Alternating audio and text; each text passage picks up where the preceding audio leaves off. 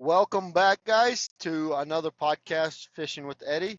Today I have Keith Davis with us, and Keith runs the FX series out of Truman and Mark Twain, correct? Correct. Yep. Do you go to any other Yep. lakes? We've had a couple open tournaments, other places. My first year, I did a winter series at Lake of the Ozarks, and Oh, we did an open tournament at Pomme de Terre a couple years ago. But yeah, this year I think we're planning on this will be our sixth year at Twain and our third year at Truman. So with fishing the solo series plus some other tournaments here and there, man, you just run out of weekends. You know, it's yeah, for it's hard to sure. do everything. So there are a couple of lakes I would love to go to. hmm But man, it just makes it hard. And then Lake of the Ozarks, just trying to get a regatta is such a challenge because there's so many tournaments there. So I miss my Ozark guys, but it's tough. Yeah, and like you mentioned, you also fish the solo series top 100 with us, so that's kind of pretty cool. I seen your FX boat out there. I'm just like, hmm, interesting. Yeah, So. And then kind of, it may be short-lived if I don't start catching some fish. So hey, we all go through that. We all go. I, well, I have a brother that we was on Table Rock this last one, and practice was awesome for all of us. Okay, we all did hmm good, and come tournament time, he brought in like two fish. He was furious. Okay, oh, and I went through the same thing, man. When I did the podcast with Randy, I had told him that I thought those first two tournaments were going to be tough for me because it's a time of the year and it's lakes that I really didn't have a whole lot of time on, especially Table Rock. I had only been to Table yeah. Rock a couple times. Dude, I went down there and for three and a half days, I caught fish everywhere I went. And I found fish back in dirty water. And, that storm that came through Friday night, if that happened at hmm Ozarks, that water would have been dirty for a week. I went there Saturday to check some spots and it was still dirty. I caught fish. I'd catch one, I'd leave. I'd catch one, I'd leave. Hitting all these little areas. And dude, I went down there after that fog delay. I got back there and it was like gin clear. And I was like, Yeah. oh no, this is not good. And it it was terrible. I ended up catching a couple short fish and it probably kept me in that area longer than I should have been. Because Thursday I ran up the James River, and that's where I really had more time. Anytime I'd been there in the past, it had always been up the James River, and I knew there was dirty water up there, and it's usually a little stained, a little dirtier. Uh, I just didn't feel like I had the time to run all the way back up there, try to catch some fish, and then get back to weigh in. I was in that first flight, so even though it got pushed back, I still had to be back by 4 o'clock.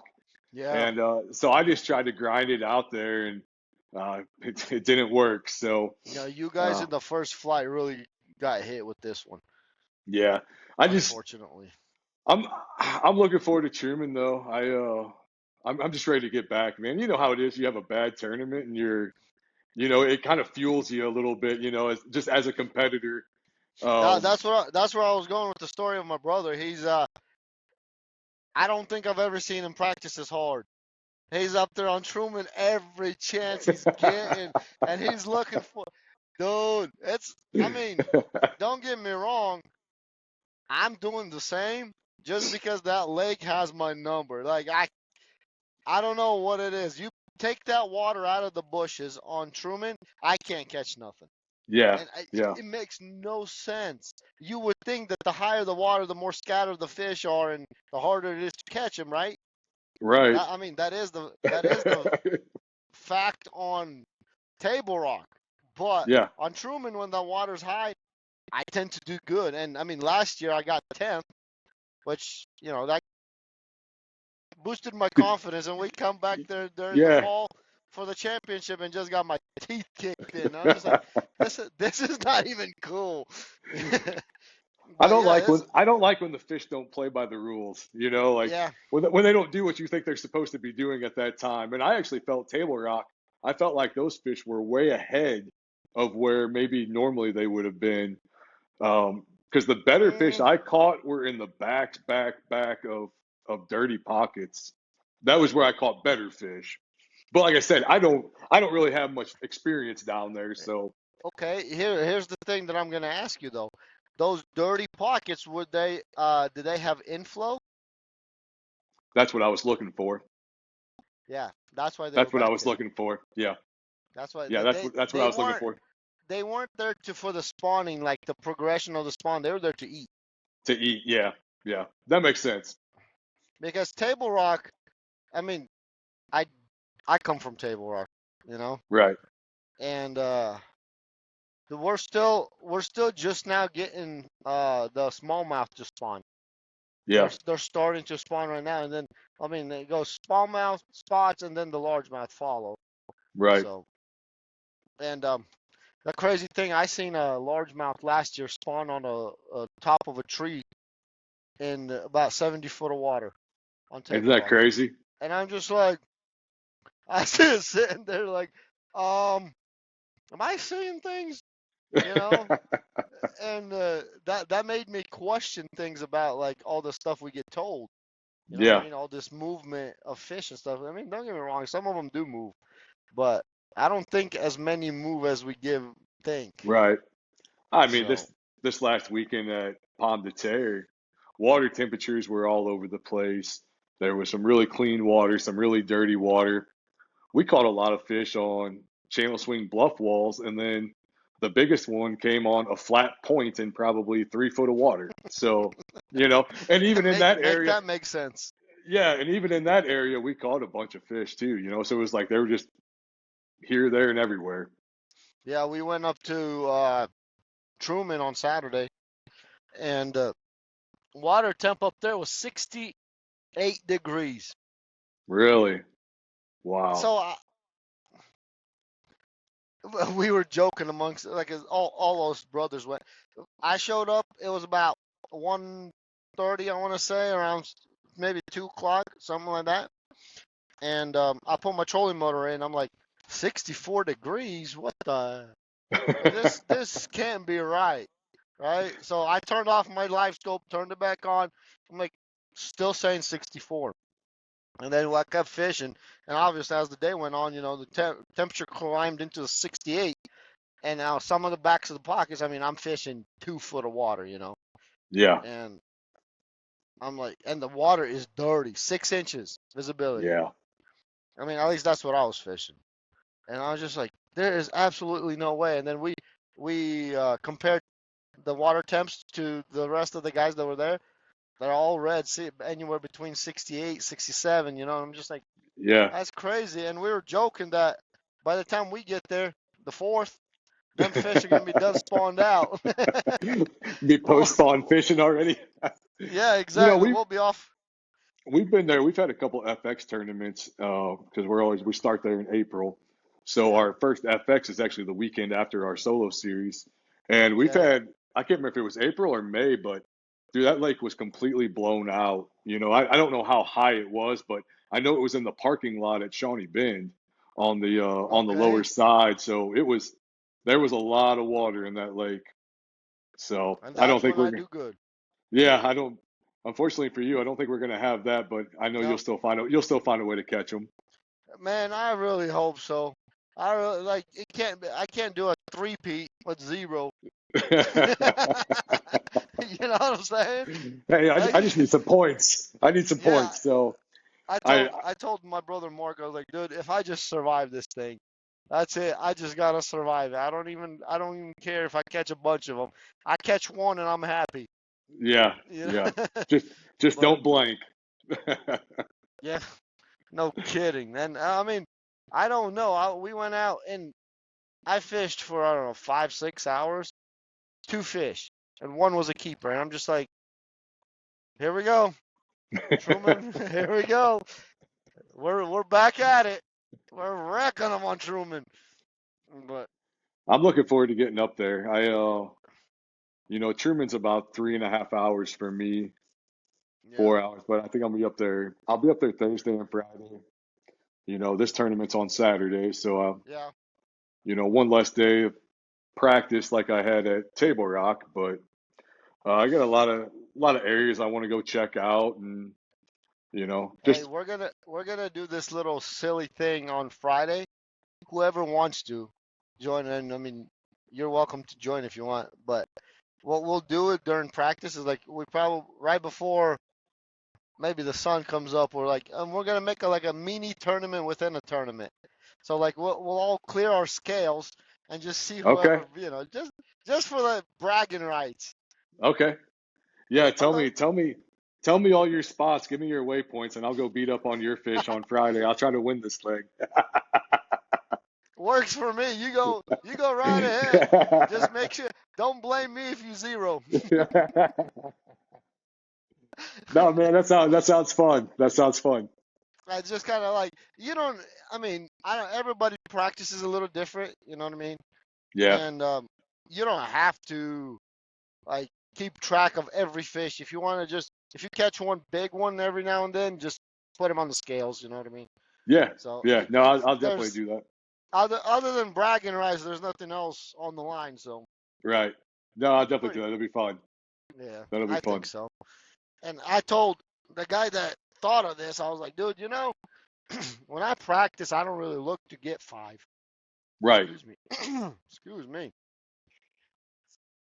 Yeah, my whole thing, I'm I just trying to find areas that I feel like are holding fish, yeah and a lot of it is I'm just looking around. I yeah maybe don't actually do a whole lot of fishing, but yeah. For me, like the way I practice is like say, just example. I pull into like a big creek with a bunch of arms, and if I figure out that they're holding on like pea gravel points, right? hmm I catch one that's like 3 pounds. I'm gonna get out of there and I'm gonna go. And I'm gonna go hmm look for other big arms that look similar, and then I'll try to find those pea gravel points again. And if I get on another pea gravel point and I throw the same lure up there and I get a tick, I will try to shake them off, which doesn't hmm happen very often. right. But you know, and But if you're putting a pattern together. You're yeah, exactly. realizing where they're setting up at, Yeah. and yeah, definitely. So My problem my is yeah. I I don't think I'm very good at practicing, and it's kind of a weird thing to say, but I What do you mean by that? usually very rarely do I feel like I have a plan B, C, D, E. Never. I try to figure out what it is on plan A, and I'll try to find that kind of like you were just talking about with the pea gravel points. I'll try to find that in areas, and then instead of saying, okay, that's established, let me go try to find something else in case that changes. I just roll with it, Yeah, and me too. that's how I swing on tournament day, and I think it's hurt me sometimes too, but also too there are Absolutely. times where you've established this pattern, you know where they're at, and you can go out there and duplicate that the next day. It works out just fine, but I do have times where I think I get stubborn, honestly. Yeah. Say, me What too. do you think I mean, do you think we're talking chatterbait, spinnerbait, jig type of day up there just this time of year, or are you still going to be out there scoping? Oh no, I don't scope. I don't. No. Truman, I don't scope. Here's the thing with me. The only two legs that I really well three I'd say really utilize my scope is Table Rock, Bull Shoals. Those are I'm scoping for single fish. Like straight up hmm scoping. Yeah, And then Lake of the Ozarks, I use it a lot, but that's mostly just to look under the docks. yeah, You know yeah. what I mean? I'm And looking I for and brush piles and stuff like that. right, and I But only when I, ask because I have it, but I'm not very good with it, and so yeah, for me right now, what I use it for is just that. I'm looking at structure. If I drop it down and I see activity and I see fish, then I'm fishing. A lot of times I'm yeah, not, I'm not really honing in on certain fish. Occasionally I will, but a lot of times I'm looking for structure or things that just making sure there's that's fish in the area, you know? that's exactly how I fish it too. That's I mean for the most part. On Table Rock though, again I'm comfortable with Table Rock. Yeah, So yeah. I know certain sections hold bigger fish, and a lot of the times, especially this time of year, they're floating. hmm They're sunning their eggs, and they're up in the water column. And being as deep as Table Rock is, they don't. There are a lot shallow, but the banks drop off so fast. This is just my opinion, okay? Yeah. This is no science behind this, but just the way this how steep Table Rock is, they have no choice but to just float out there. You know what I'm saying? hmm So Yeah. like with Truman being as shallow as Truman is, the fish hug the bottom, but they're shallow. hmm That's why you can't see them on scope, Yeah. and Yeah. I prefer it that way. I Yeah. don't, even though I got fairly decent with the scope, I don't like doing it. I rather throw a crankbait. In my Yeah. That's what opinion, that's what I you told rather me before. Just crankbait, jig, yeah and get after them. yeah, But and yeah, I I am knew you I were pretty love good with it flipping. though. I love flipping. That's like if I could flip a Texas rig all year, I would. Yeah. Like That's some that's like what I that's what I grew up doing, man. It's my grandpa had me when I was probably 10 years old. It was probably a mhm 7.6 Fenwick flipping stick. And I'm mhm talking not pitching like we do now. I'm talking pulling line out, rocking back and forth, dropping that Stanley jig down into a brush pile or a lay down, and had the Uncle Josh's pork frog on it. yeah. That's how we grew up fishing, man. That was like almost hand to hand combat. You were in personal with all the cover and everything, and I still enjoy that. You see So that that's I got brought up fishing for fish that are food. You know what I mean? yeah, So like yeah, mostly your crappies, catfish, carp, stuff like that. I didn't get into bass fishing until my 20s. really, And really. oh yeah. And So we my brother Mark's actually got me into it whenever he was, I don't know, his mid to late teens and I was already early 20s. yeah, And yeah, I was already married and he's like, "Hey, there's a lot of bass at this lake. Let's go." And I went to Walmart, bought myself one of those combos for like $30. hmm Okay. And I'm like, what do I even bring? He's like, just bring some worms. And I went to Walmart. They had no worms, and they had lizards. And yeah, here's where like the lizard is probably my favorite lure. yeah, Not gonna lie. And I bought me a pack of those watermelon, like those clear watermelon zoom lizards. And I went to this lake just a hook, weightless.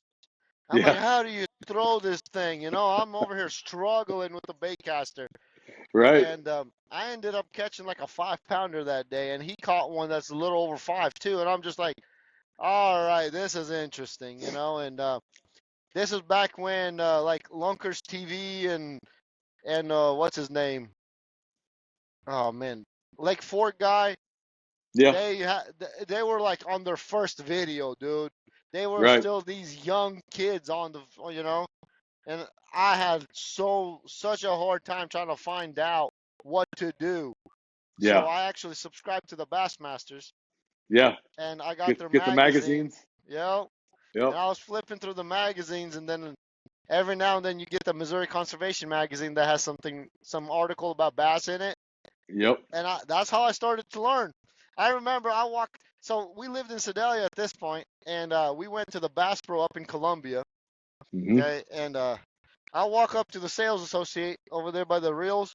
And I'm like, sir, I need a reel that can cast a worm.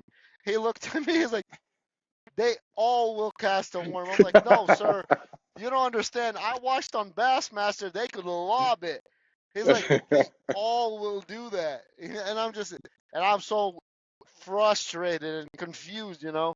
And it's yeah, just like now I understand that all the gear ratios and all that, right, the drag right. systems and stuff like that. But back then it was something else. And yeah, and after It's see, that, myself and Mark, and then my other two brothers also, we got pretty heavy into it. And yeah, now we got bored of fishing against each other, so we're doing it on a higher level now. yeah. No, that's cool. You and I are about the exact opposite though. I growing up, my grandpa had a place at Lake of the Ozarks, and so I spent a lot of time there with him as a kid. And I always tell people my fishing with grandpa stories are quite a bit different than others because you didn't crappie fish, you didn't fish for catfish, anything else. He would say, "We're going to go catch real fish." And what he meant by that was we were going to go bass fishing, and that's what we did. I mean, I grew up on the old VHS tapes of, Jimmy Yeah. Houston Outdoors and all those, and Oh yeah. same way had Bassmaster magazine and the Bass Pro catalog was, It was the king. highlight of, yeah, exactly. Um, so at an early age, that's all I did. I as a real little kid, I mean, I went straight from a push button to an open face reel. Like that's why even today I struggle with a spinning rod. I went straight to like an Abu Ambassador. Yeah. I actually the first one he taught me on. It's so worn down, but I actually have it, and it's actually tattooed on my arm. I have some different fishing stuff related on my arm, but that was kind of the deal, and I we fished all the time together. So it was uh it was rough when he passed away because he passed away pretty young, and I wasn't old enough yet to be able to start fishing the club tournaments with him.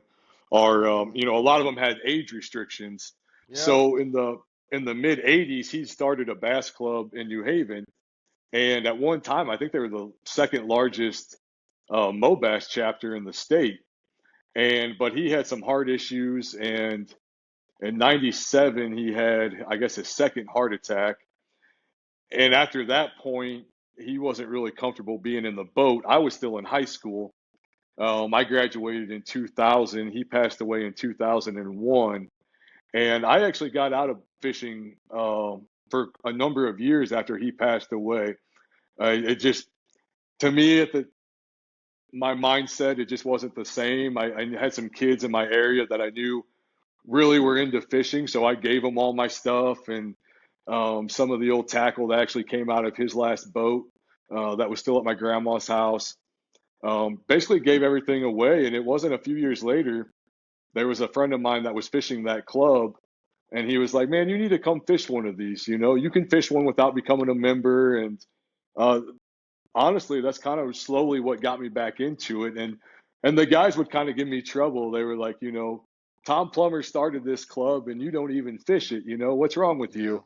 And it kind of snapped me out of it. And I don't know how deep you want to get here, but I've always dealt with some mental health issues, as a kid. And I think when my grandpa passed away, I I had several self-destructive methods of dealing with depression, and I dealt with a lot of post-adrenaline depression. I was always chasing that next emotional high in these different Yeah. events, and that kind of shaped my 20s and things I did. But I will say that getting back into bass fishing has really been a saving grace because it's the one thing I've found that I can do where I can shut off everything else. All the It, noise. it's You know, pretty it's cool how helps. like my wife keeps asking, she's like, what is it about that tournament bass fishing that's like so you come home like exhausted and tired, but you say you're relaxed. I'm like, you know, that moment when your boat number is called and you're It's hard to idling beat out that. to the you're idling out to them buoys and you're watching your competitors start taking off. And as soon as you press that pedal, everything else just shuts off. Yeah, You're done. yeah, It's you, nature, and the fish, and yeah, that's it. And yeah, it's so hard to explain yeah. that You really can't. It's there's something so like when you get to your first spot and the sun is maybe just then starting to come up, yeah, and you may have a few more competitors running by you on the lake, but that first 30 minutes, I mean, I can't think of anything in life that's more peaceful than that because absolutely, you still have that excitement of what can happen. yeah, You have high hopes for the day and what you may be able to accomplish that day, and there's nothing like it. It's a really hard, difficult thing to explain. yeah. And it's not like the competition. I am I'm just naturally a driven and competitive person, just Mhm. naturally. Maybe that has something to do with growing up with three other brothers and a sister, but our sister doesn't really.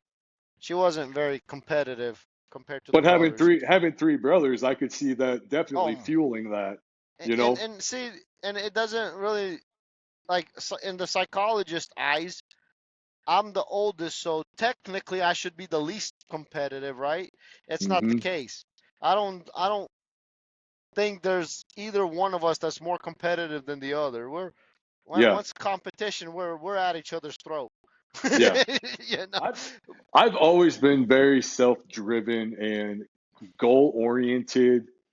Yeah. Um, in the mid 2000s, when blogs kind of became a thing, I had started a blog called Before I Die, and it was a series of basically bucket list items, things that I wanted to accomplish.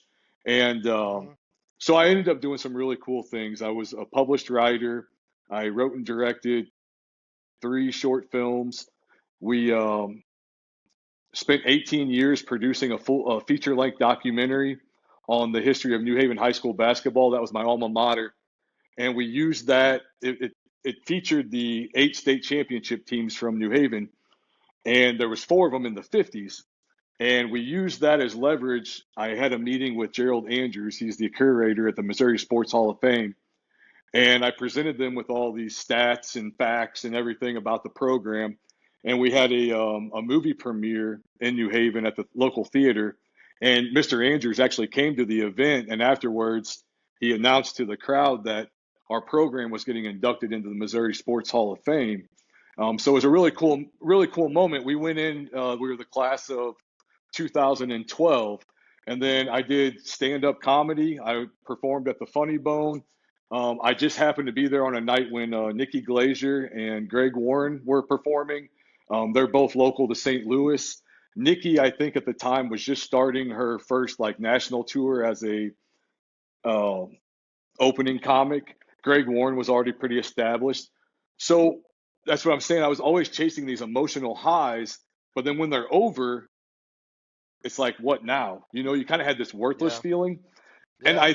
I think that's what draws me to the fishing tournaments is because there's always another tournament. Yeah. I can get so geared up for Truman, and even if I go out there and it completely sucks, you know what? In a couple weeks, I have another tournament to get geared up for. Yeah. So that keeps me going and it keeps me focused on something. Because if I don't have that, if I don't have something that I'm aiming for, I really struggle. I have Yeah. a hard time with it. And in the winter, really, that's why I got into making baits. I don't like cold weather. I made that very clear to Randy. Winter sucks, but that keeps me involved. It keeps me thinking about fishing. I come out here and I make baits, and I'm going to hook you up with some lizards, and I just enjoy doing it. But it really gets me through the winter. Just constantly trying to find something else. I auctioneered for a while. I uh, I decided one day I was going to be an auctioneer. I can talk fast. I can bid call. I would drive down the street and I would like pick things out and I would start selling them. It would drive my wife absolutely crazy. And so I got with a local auctioneer and I explained to him what I was wanting to do.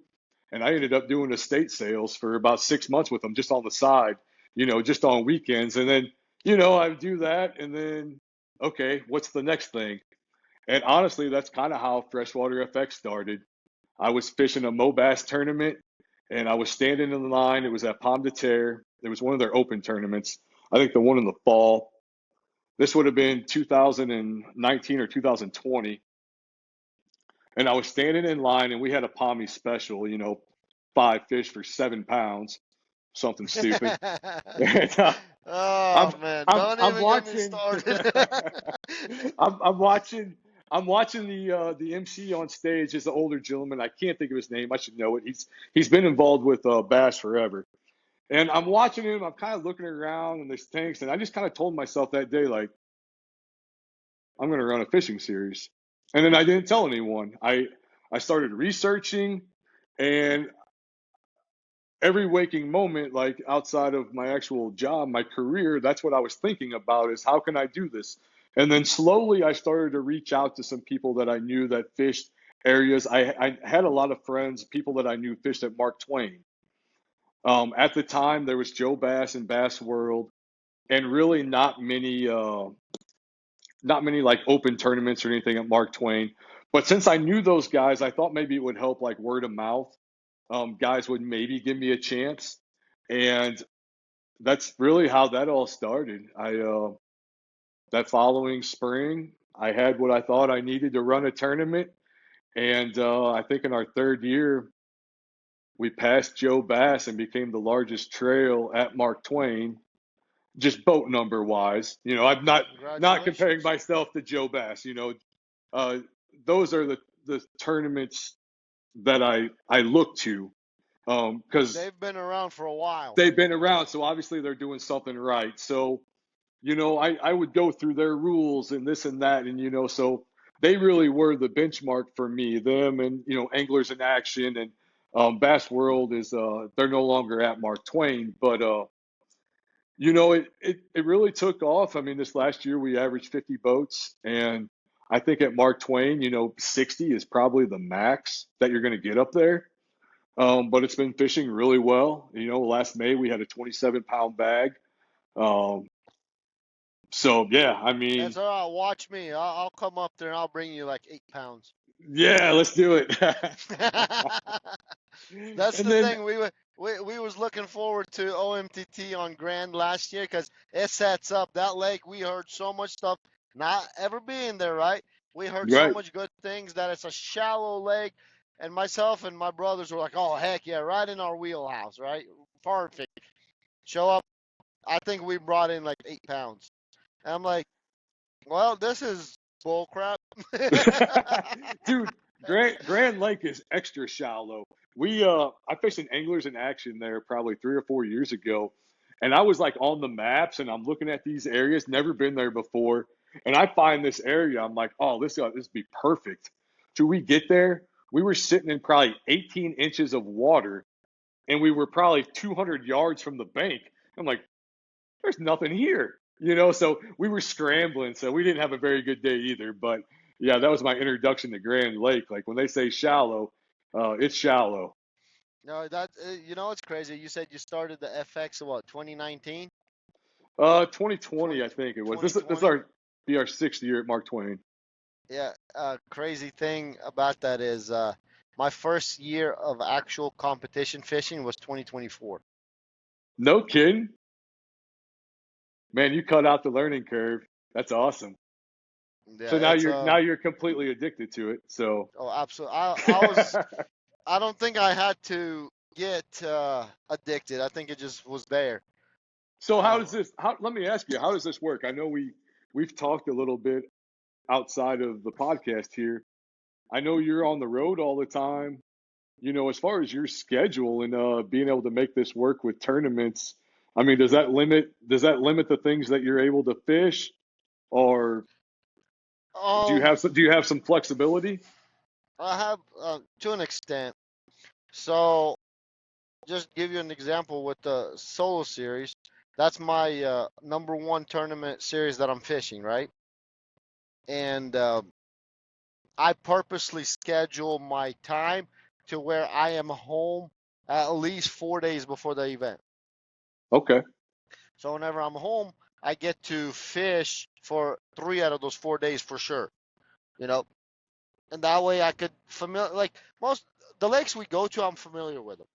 right, You know what I mean? Truman, I know, but for crappie, I could take you to some crappie spots.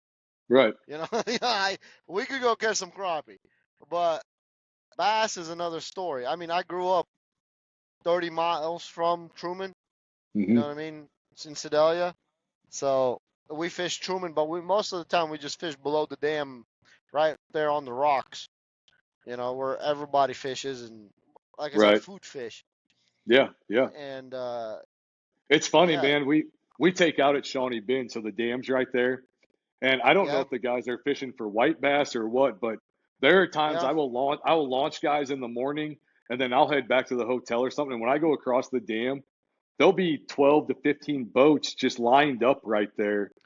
It's I'm gonna tell crazy. you this: they're catching giant hybrids. Is that what they're doing? Yeah. Yeah. So what they would do? See, this is the part I know is they'd go out find bait bowls of shad, but you got to find like that. You can't get the little ones. You got to get the like a 3 to 4 inch shad. and they'll keep them alive. They got tanks in their boats, especially Yeah. they're like rounded tanks for the shad, and they'll keep them alive. And on they're basically snap. Are you familiar with saltwater, Andy? Like Not for whenever really. they go, whenever you fish for like snapper, you have like a 8 foot leader Yeah. from your weight. Same thing here. They'll have like a 3, 4, 5 foot leader, and they'll just drop it straight down with like an 8 ounce weight, and then they'll just drift.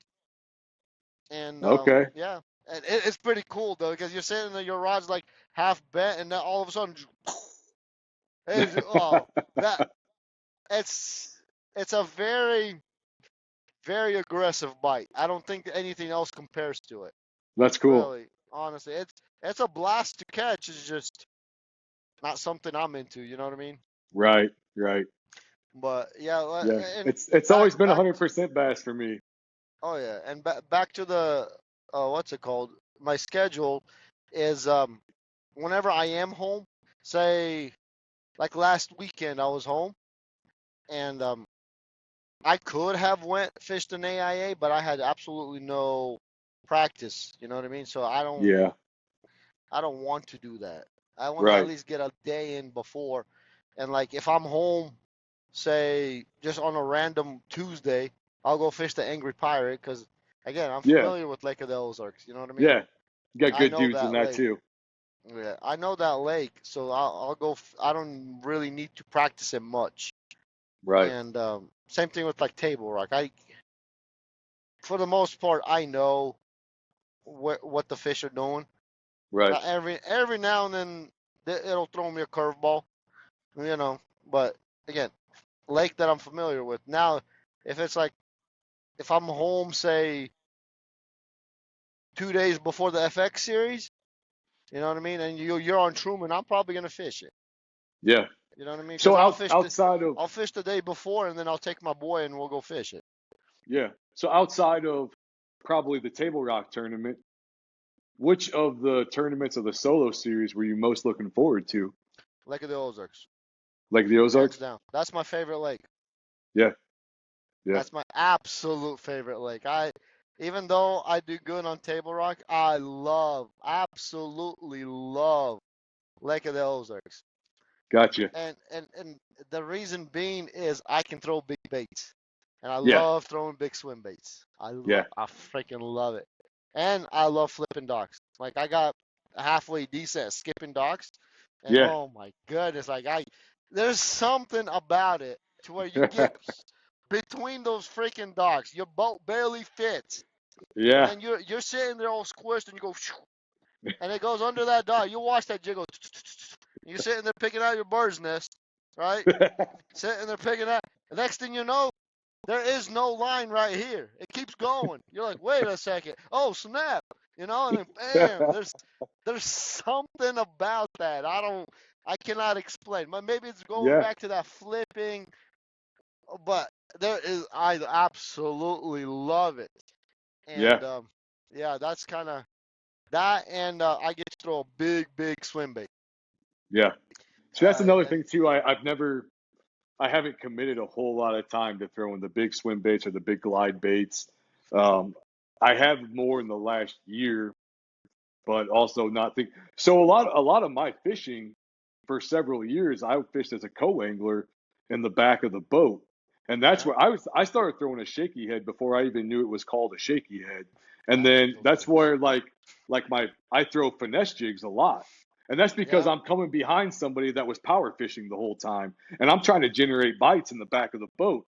So now that since I've been a boater for the last few years, that still hasn't changed because I still feel like I can throw a heavy, compact, jig. Even though it's a finesse, I still throw pretty heavy jigs, and I still, can generate bites with that. And same thing with the shaky head.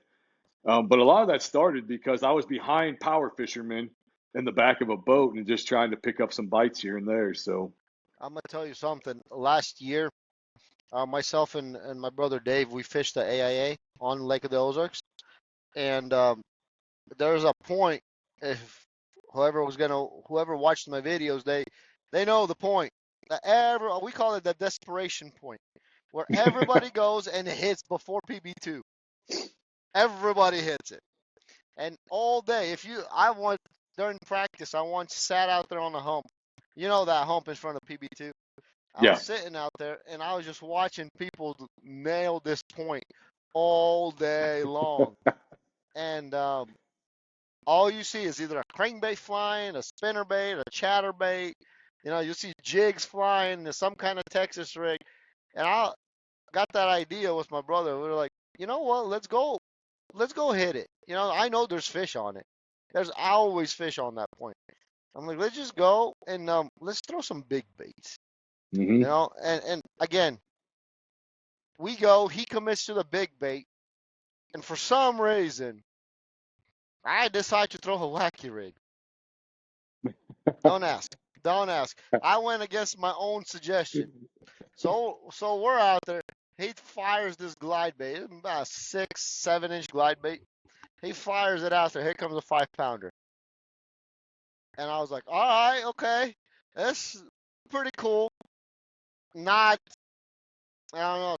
We left, came back probably 30 minutes later, hit the same point again. Here comes a 3.5 on the glide bait. And then we come around the point and I fire a glide bait out there and catch another one close to 2 pounds. And then we were both sitting there looking at each other like, what just happened? It, this shouldn't, like, Isn't it logically, crazy though? Like I think the last probably 2 or 3, maybe 4 years with a lot of the guys that have YouTube channels have kind of opened the eyes of really, because before, if you were fishing pressured fish or if it was really tough, the whole thing was always downsize, yeah, you know. And then but yeah, you see guys on these videos, they're like, no, go the opposite way. yep, If you're throwing a 5 inch swim bait, throw a 9 inch swim bait, and then you see exactly. them catch fish, and it's like it kind of goes against everything that you ever read or heard about. Exactly. This goes back to the point where I quit listening to people for the most part. Yeah, Unless a guy tells me, okay, I've won 20 times on this body of water, then I'm listening. right, You know what I mean? right, But for the most part, when people are like, they should be on a jig bite, I'm like, good for you. right. I'm throwing something that I'm comfortable with. And table rock, perfect, perfect, perfect example. Dead calm. Okay, you remember absolutely not a lick of wind, Not right? a ripple. Yeah. In our learning, on the way we've been taught, shaky head, jig, Carolina rig, something dragging slowly, right? No, I caught 90% of my fish on an A rig. Did you really? 90%. Watch the video. Almost other than 2 fish that came on the little motion minnow, the little one, not the big ones, Yeah, the little ones. yeah. Everything else came on an A rig. I come in, weigh in. My brother comes flying in, right? My brother Vadim. He caught his bigger fish on a crankbait. Not a lick of wind. No, So explain that one to me. yeah. And isn't that what Josh was doing? Josh Wisdom? It was a crankbait, wasn't it? Yeah, Up in that yeah. up in that shallow, dirty water.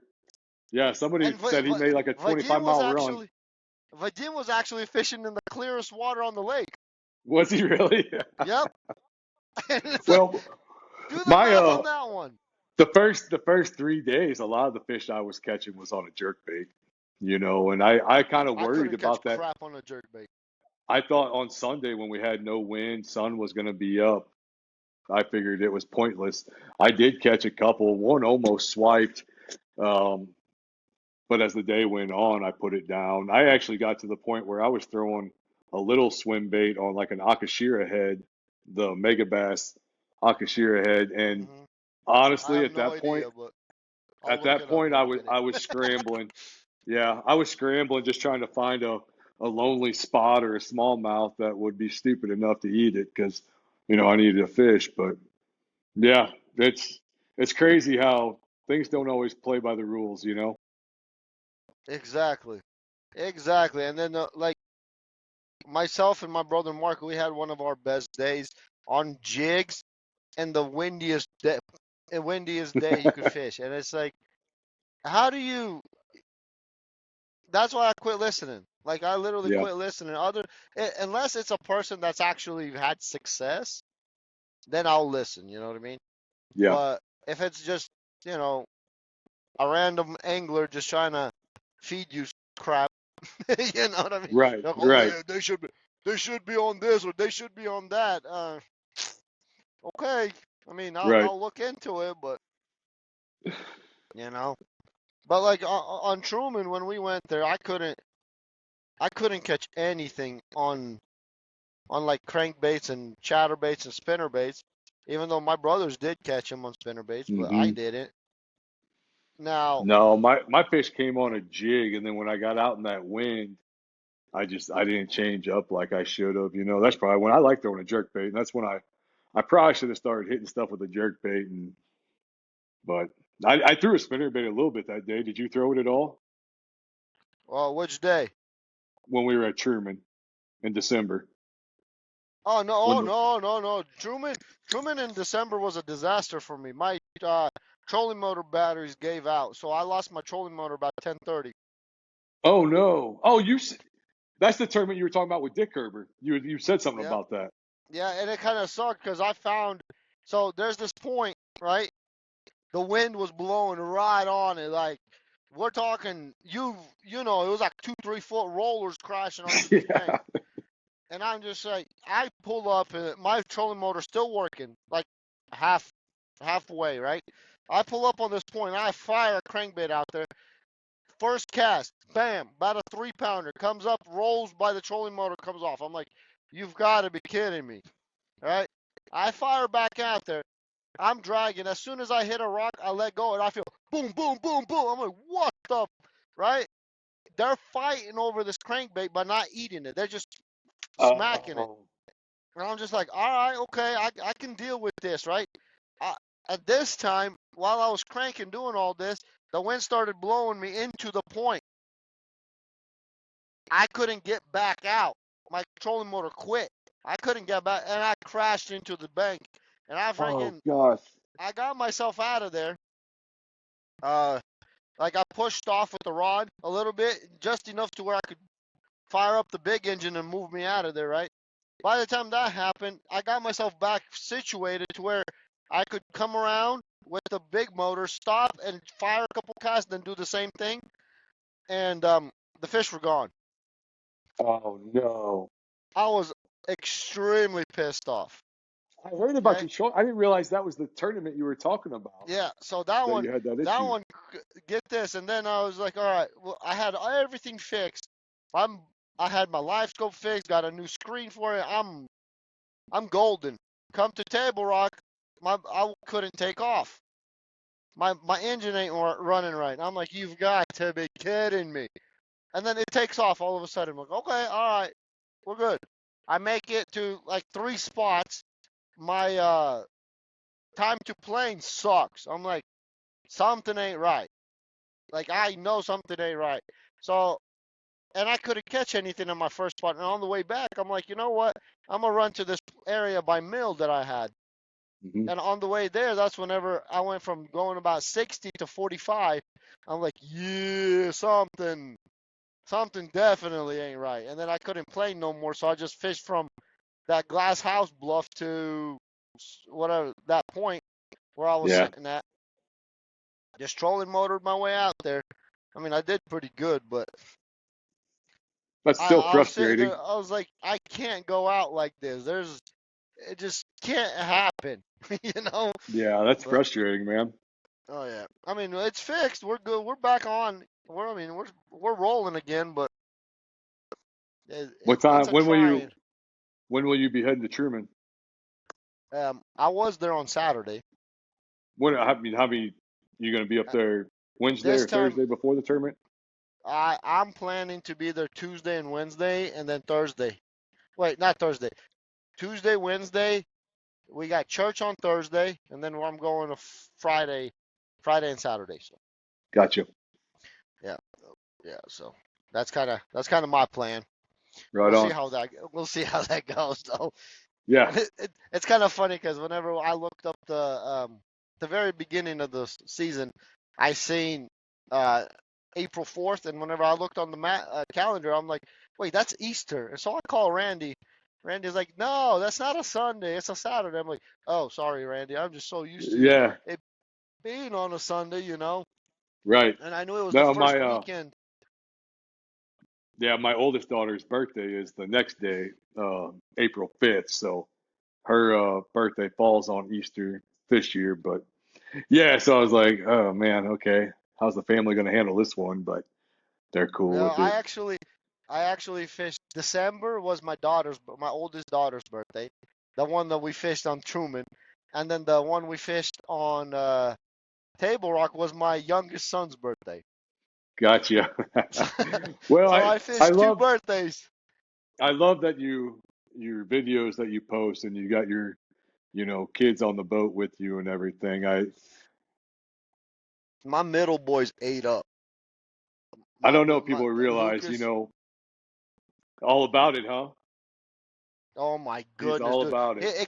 It got to the point where we fished some night tournaments last year, right? And that's his absolute favorite. He loves fishing those night tournaments, Yeah. and he does good. That's the thing. He does good.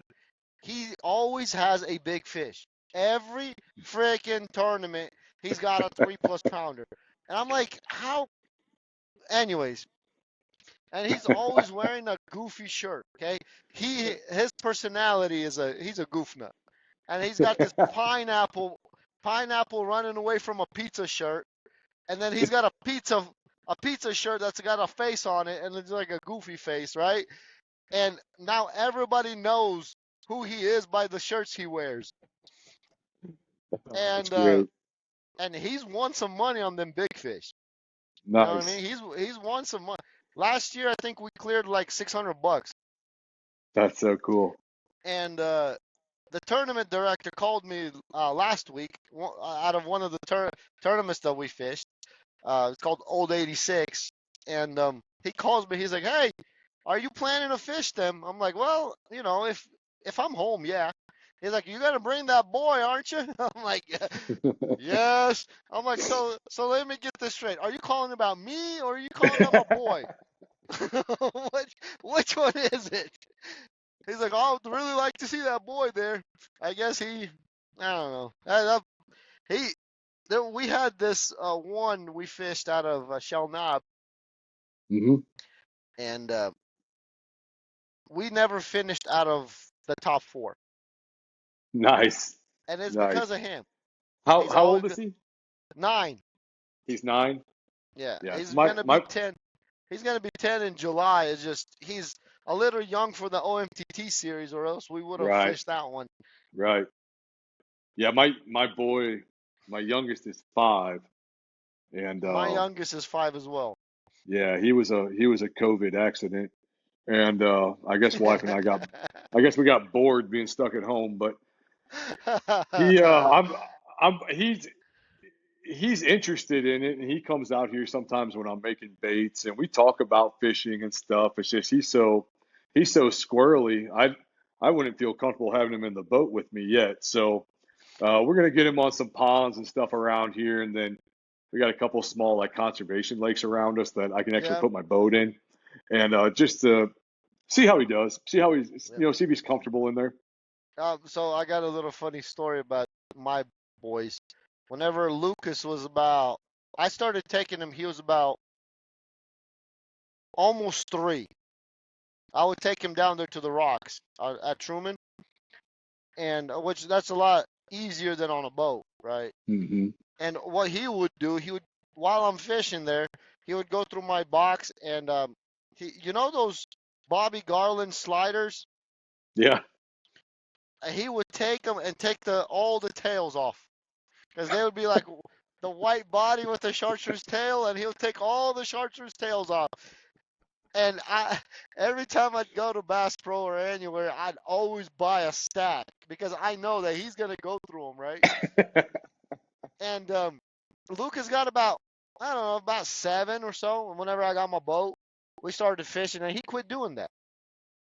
Now, last year I take out my boys. The youngest one's Willie, And at this time, he's 4, right? So I take him out. He's out there running around in the boat with his little life jacket on. He's just, being a little squirrel. And the older boy's already fishing.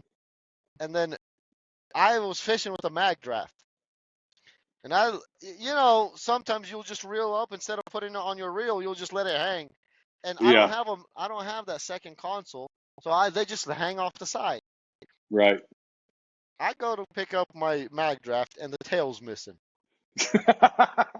And I'm just like, I look back, I'm like, the Bobby Garland memories all over again.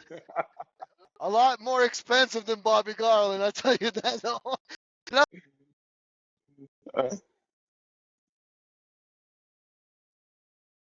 Sorry. What? Hold on a sec. Yeah, Are you there?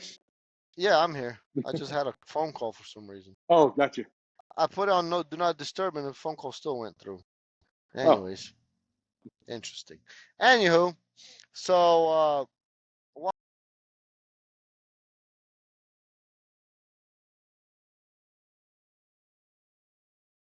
what the heck?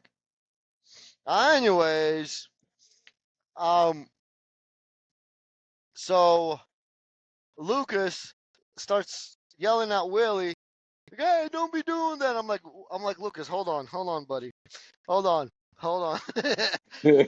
I've been here before.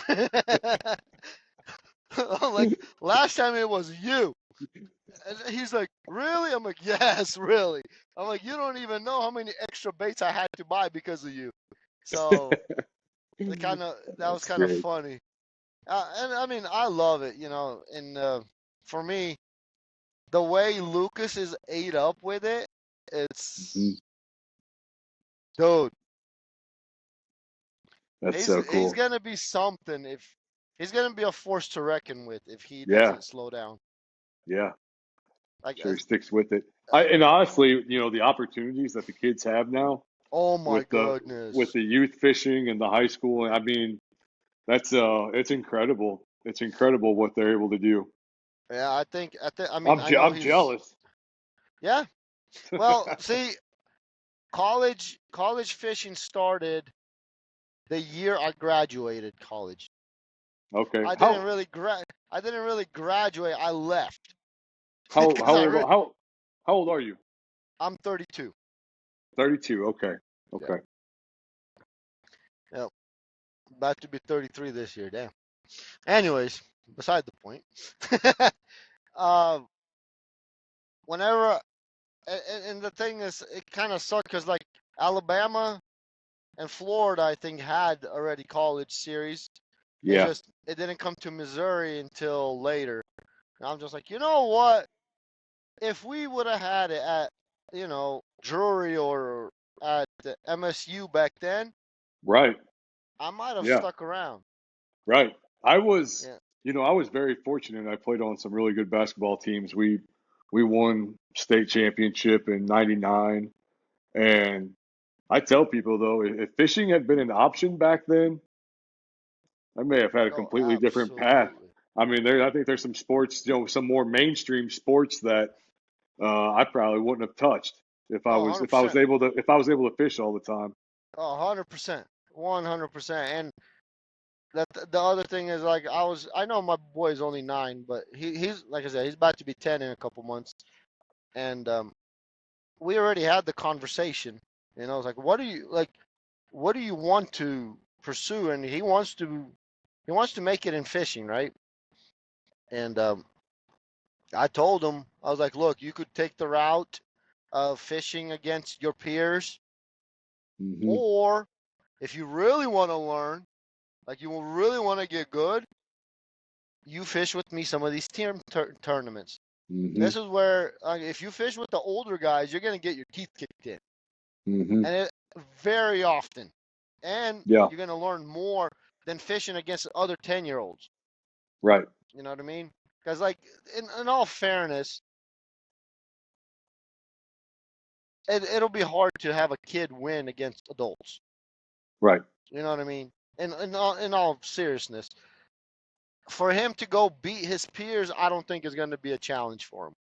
Right. because he's fishing night tournaments with me against other adults, and he's kicking our butts. Yeah, holding his own, huh? So, Yeah, so that's where my push kind of is like, let's fish the bigger team tournaments. You know what I mean? yeah. That's where you will learn the most. And he fish. I I always joke around with my wife. I'm like, he fishes like an old man. He really does. He he really he's got the patience. And if we're scoping, I don't know where it comes from, but he's got this patience. He will throw at this fish like 8 times until he hits it. Me, once, twice missed, I'm moving on. We're going Yeah, to the next fish, you know. yeah. I'm But more no, like you. yeah, he will hit that. He'll throw at that fish until he hits it. Or same thing with the jig. He'll just throw it out there and just drag it, hop it. Like, his casts with the jig are like 5 minutes long. And I'm like, dude, I'm already 4 miles down the bank, you know. But Oh, it's that's awesome. how. But I think that's that patience is what's helping him, Yeah. Oh, I mean, think you know. about it. How many times I have to tell myself to slow down, Yeah. that I think a lot of us probably do fish too fast, and I get in areas too where even if I catch a fish, I just buzz right along, instead of working the area over. And that's something even going into that first solo series tournament, like I had to kind of tell myself, like, it's okay to stay in this area and catch every fish that's in here, and not, and then the weather was so bad it didn't even matter. I wasn't going to go anywhere anyway, but Yeah. No, that weather did suck. I had a place over there by Osage Bluff, yeah. and once I turned that corner right there at that Seven Bridge, and I Hmm. seen them. I mean, dude, I don't want to lie. They were every bit of 3 foot, Oh, seven, and I'm seven just like, bridges where I stopped. yeah, and I'm just like, yeah, and we're done.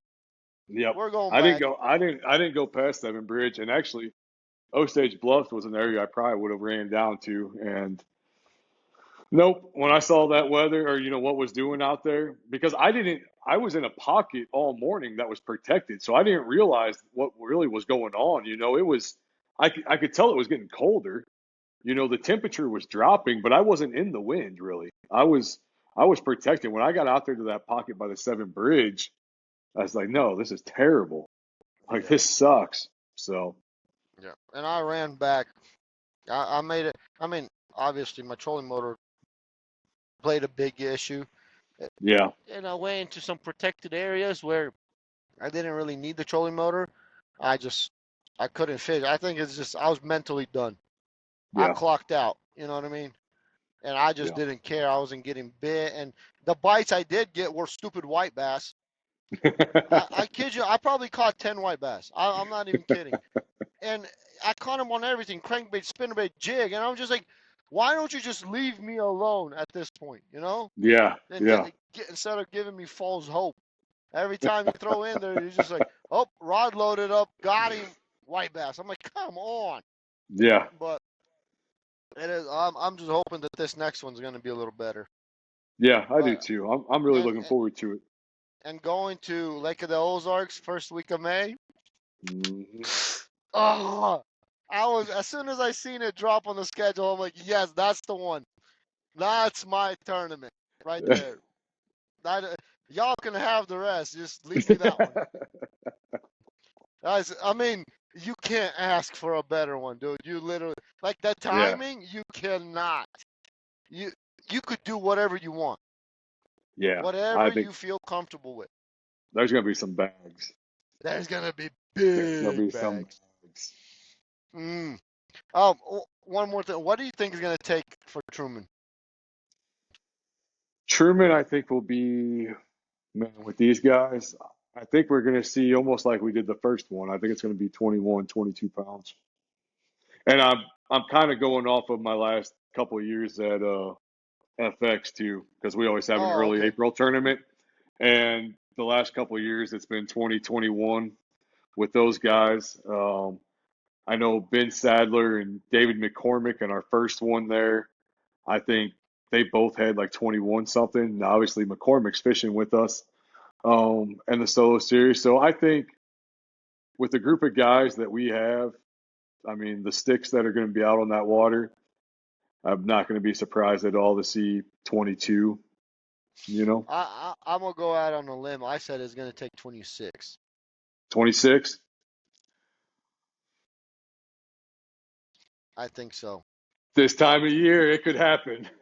If I could, I mean, I did have one that was 2.5, and that's big for me on Truman.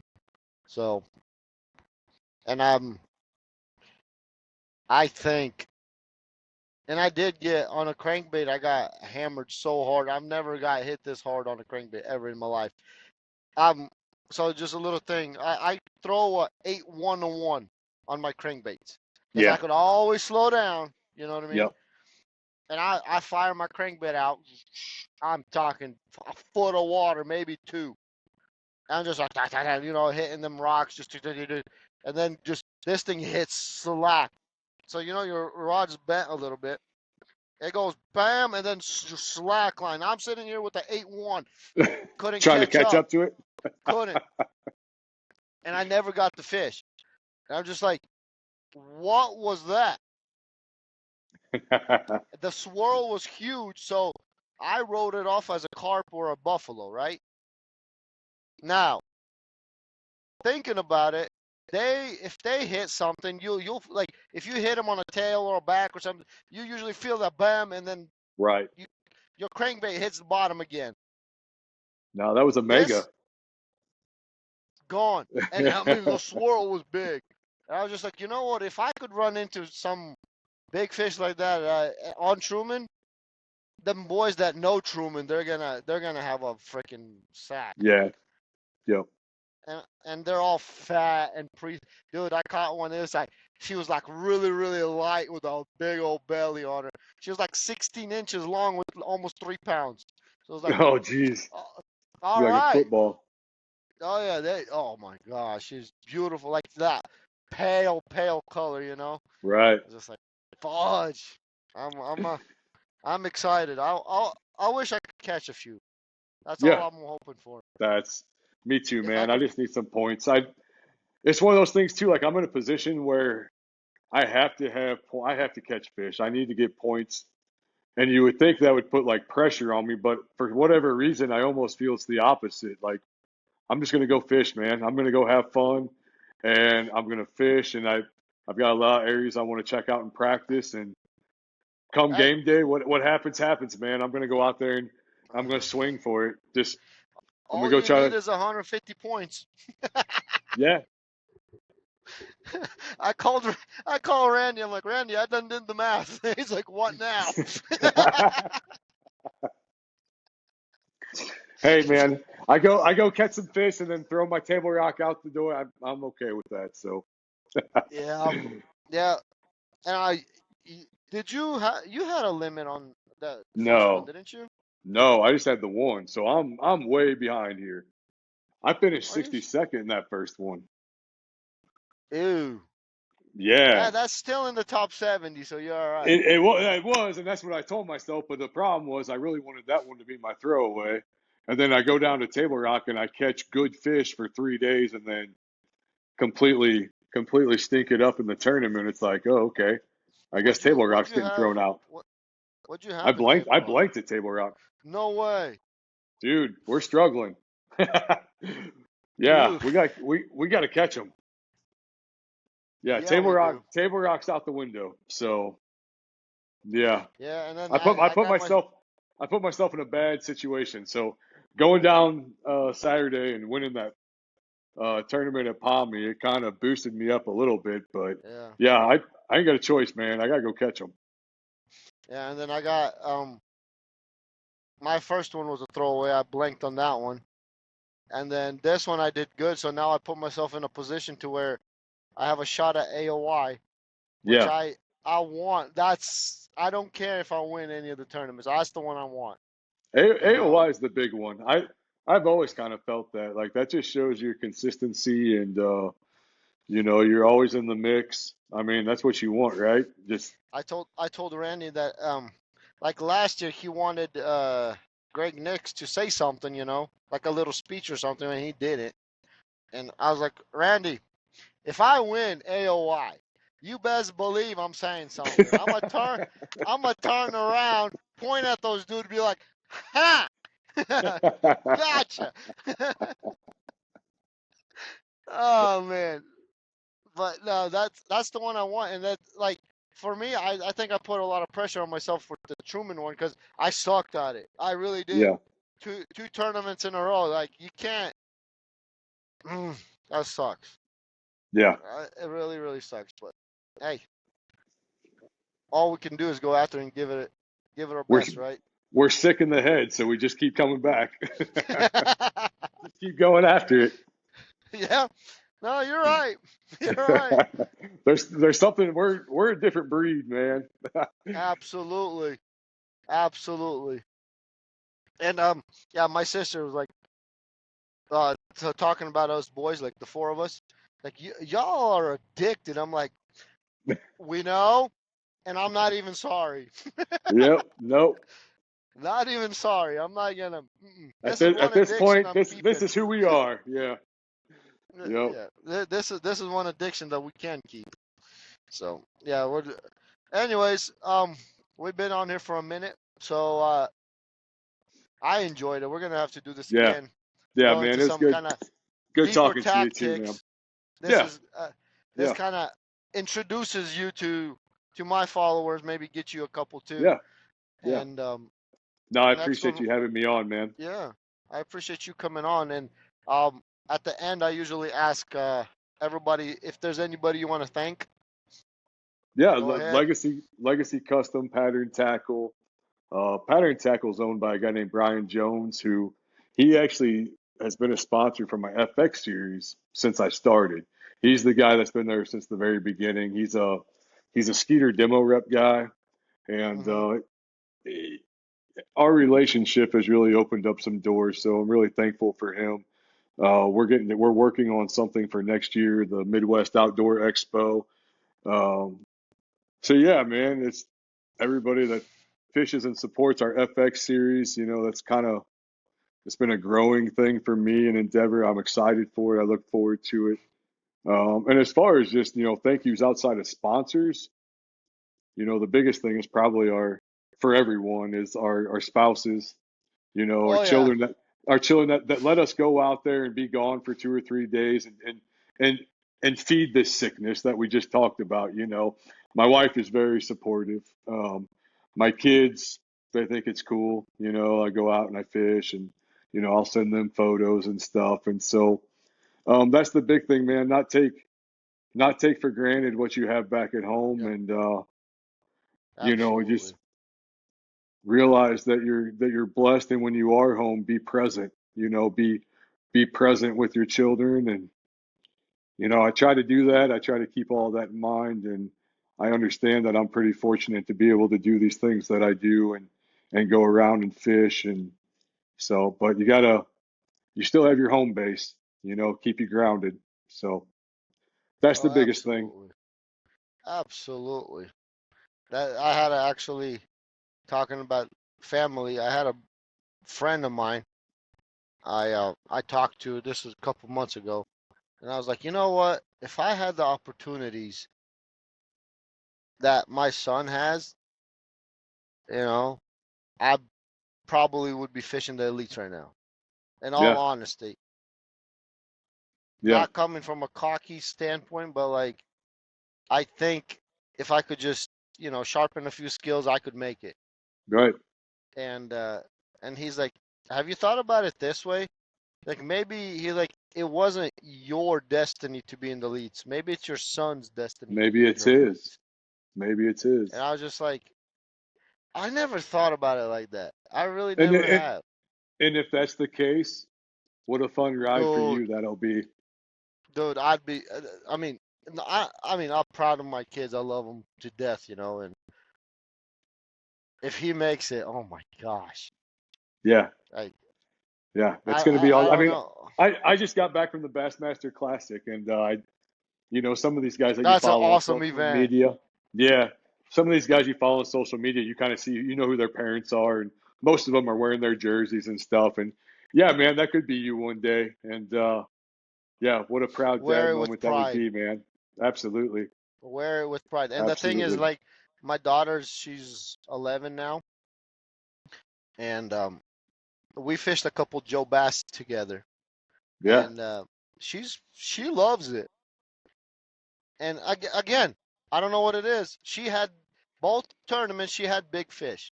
It's in the genes. Not me. Not, Maybe it skipped you. exactly. Yeah. I Oh, actually just now realized that. All right, no, but that's no, awesome. she's been asking to fish a couple, and I'm just like, who know? What if it's her? Yeah, You know, yeah, what if she's the next Hillary Scott? yeah. And that's the You thing. The ne- women's side of you it's never really know. growing too. Yeah. So, no, that's So awesome. yeah, That's I kind of, I mean, yeah, I take the kids. Yeah, they get in the way sometimes. You know what I mean? Whenever you're practicing and right, stuff, and right. but But you were, that cheer, that smile, that excitement when he's bringing in that big old freaking 2 3 pounder on a crankbait, and he's fighting it like Mike Iaconelli around the boat, and yeah, yeah. I'm like, We're where are you getting that from? But that's cool. honestly, we're in a pretty neat situation where you, me, all these other guys, we're all on our own journey here. But with having children, we get to guide them. So Yep.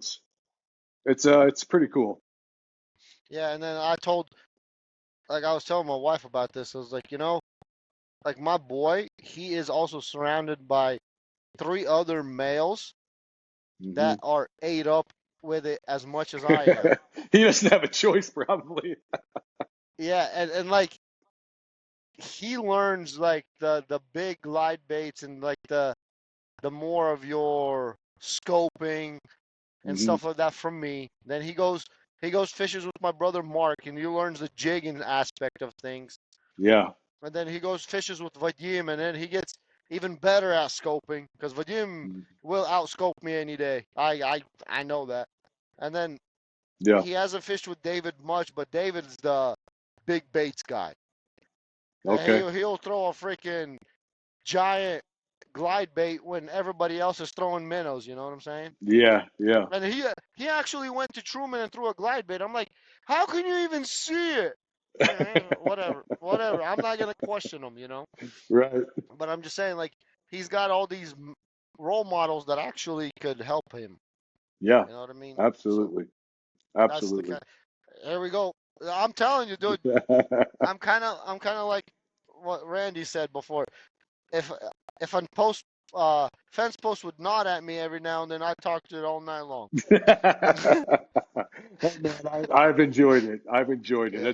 This honestly has been the coolest thing about the solo series for me is getting to meet guys, getting to meet you guys, and just It's crazy. See, I actually talked about this. I think again with Randy. I mean, me and Randy talk a lot lately, but I've talked with him that it's cool how last year at the first event on Lake of the Ozarks, I put my boat in. The only person I knew there was Luke Ruth.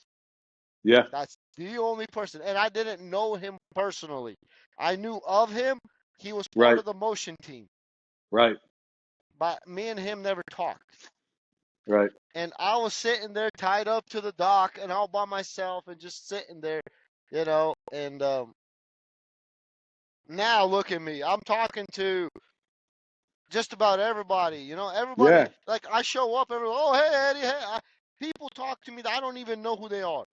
You yeah, know what I mean? yeah, And I'm just like, oh, yeah, hi, and then yeah. I actually I don't know who he was. I don't know. I should have, man. This is my bad. If you're watching, dude, reach out. We'll talk. I seen a guy. He was sitting in a stall all by himself, and he's just sitting there rigging his rods and just looking at everybody. Guaranteed new guy. Guaranteed. Yeah, You could tell, And I'm just like, that was me last year. yeah, That was me. And I'm just like, it's so cool. Like I met so many cool friends, and like I've met dudes that are now my friends. You know what I mean? Yeah, And yeah, it's absolutely. so freaking awesome, man. Absolutely. It is. It It's is. like the friendships that are. And I told Randy, I'm like, dude, you don't even know what you started. Like Right. Right. this is way bigger than you now.